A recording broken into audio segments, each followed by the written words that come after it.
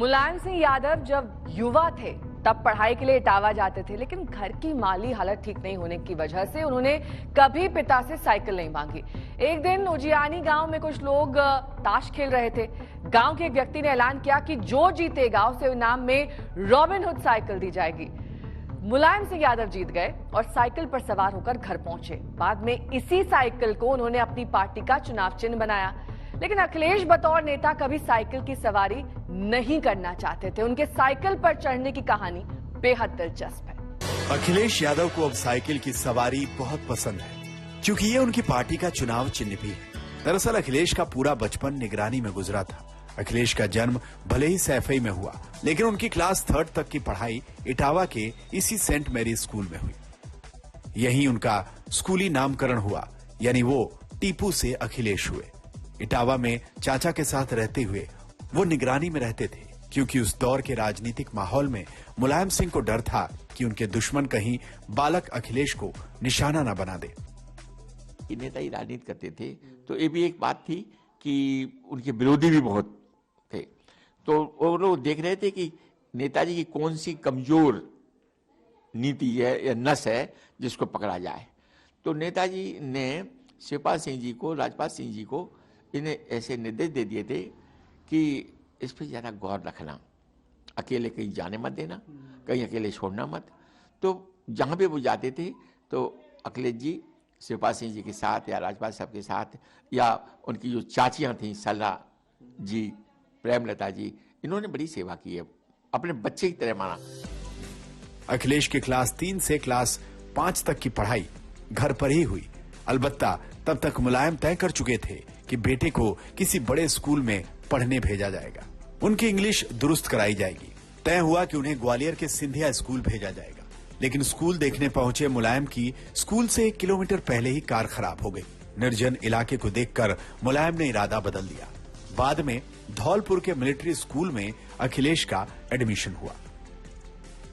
उनका admission Dholpur military school में कराया जाके, जब प्रिंसिपल ने उनसे पूछा कि प्रश्न, पूरा पैनल बैठा था, पैनल ने पूछा अखिलेश से कि व्हाट इज हेलमेट।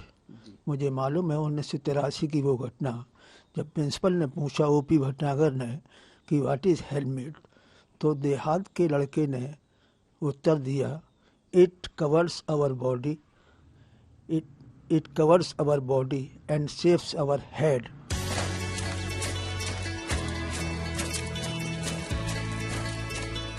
धौलपुर के मिलिट्री स्कूल से अखिलेश ने अनुशासन का पाठ पढ़ा।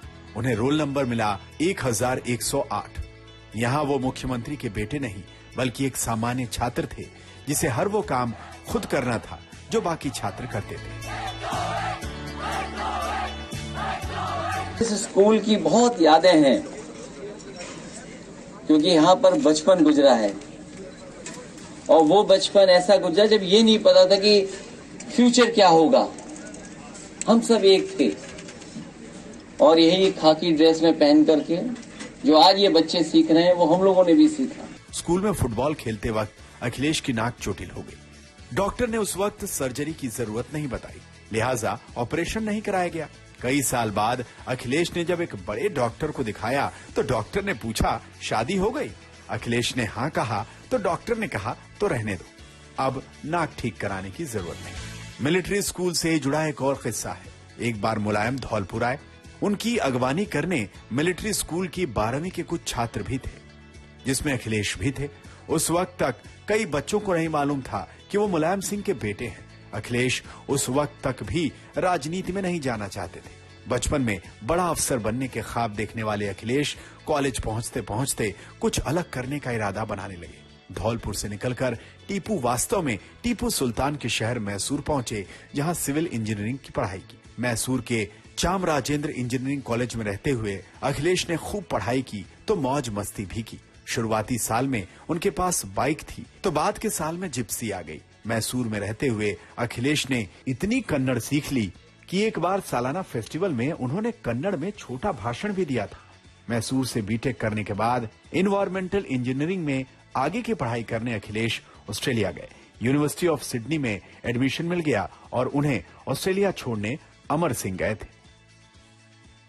वो क्या मना कर सकते हैं कि वो ऑस्ट्रेलिया हमारे साथ नहीं गए? उनके पिता नहीं गए थे, मैं लेकर के गया था।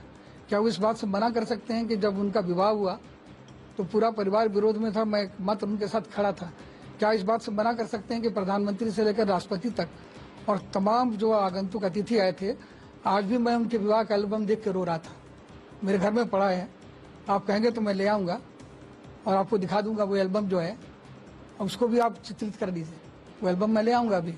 वो उस एल्बम का ऐसा कोई फ्रेम नहीं है जिसमें दलाल नहीं है। ऑस्ट्रेलिया में भी अखिलेश के दोस्तों को मालूम नहीं था कि वो कौन है, लेकिन एक बार अमिताभ बच्चन ऑस्ट्रेलिया पहुंचे और अखिलेश उनसे मिलने चले गए। अगले दिन कई अखबारों में छपी तस्वीरों में अमिताभ के साथ अखिलेश भी थे। मैं जिस फैमिली के साथ रहता था एज ए पेइंग गेस्ट, तो जो हस्बैंड थे वो ऑस्ट्रेलियन थे, जो वाइफ उनकी थी फिजी इंडियन थी। तो स्वाभाविक था क्योंकि फिजी इंडियन थी तो हस्बैंड भी जानते थे कि अमिताभ बच्चन कितनी बड़ी पर्सनालिटी है फिल्म इंडस्ट्री की। और जब अमिताभ बच्चन जी एक बार वहाँ आए थे तो मैं उनसे मिलने गया था और मुझे नहीं पता था कि वहाँ भी पत्रकार ऐसे ही हैं जैसे हमारे भारत में पत्रकार हैं। उन्होंने मेरी तस्वीर छापी, एक फिजी टाइम्स करके एक न्यूज़पेपर होता था, तो जब उसमें तस्वीर छपी तो उसमें अमर सिंह अंकल थे, अमिताभ बच्चन जी थे और मैं भी था। तो उस समय मैं पकड़ा गया कि शायद मैं इतने बड़े लोगों को जानता हूँ। ऑस्ट्रेलिया में रहते हुए अखिलेश पर्यावरण विज्ञान में करियर बनाने की दिशा में सोचने लगे, लेकिन उन्हें नहीं मालूम था कि किस्मत उनके लिए कुछ और ही तैयार कर रही है। अखिलेश ऑस्ट्रेलिया में थे, लेकिन भारत में सियासी माहौल गर्म था। अखिलेश जब भारत लौटे तब तक उन्हें बदलती सियासी धारा का अंदाजा होने लगा था। 1999 की सर्दियों में जब अखिलेश डिंपल के साथ देहरादून में अपना हनीमून मना रहे थे कि अचानक उनके मोबाइल पर घंटी बजी। दूसरी तरफ मुलायम सिंह यादव थे। नेताजी ने बिना इधर उधर की बात किए सीधे फरमान सुनाया, घर लौट आओ, तुम्हें कन्नौज से लोकसभा का उपचुनाव लड़ाना है। 1999 के चुनाव में मुलायम संभल और कन्नौज से चुनाव लड़े थे। वंशवाद की राजनीति का विरोध करने वाले मुलायम ने कन्नौज की सीट बाद में छोड़ी तो उस सीट का उत्तराधिकारी अखिलेश को बनाया और फिर उनकी पूरी राजनीतिक विरासत के उत्तराधिकारी अखिलेश ही हो गए। इटावा से अमित तिवारी के साथ आज तक ब्यूरो।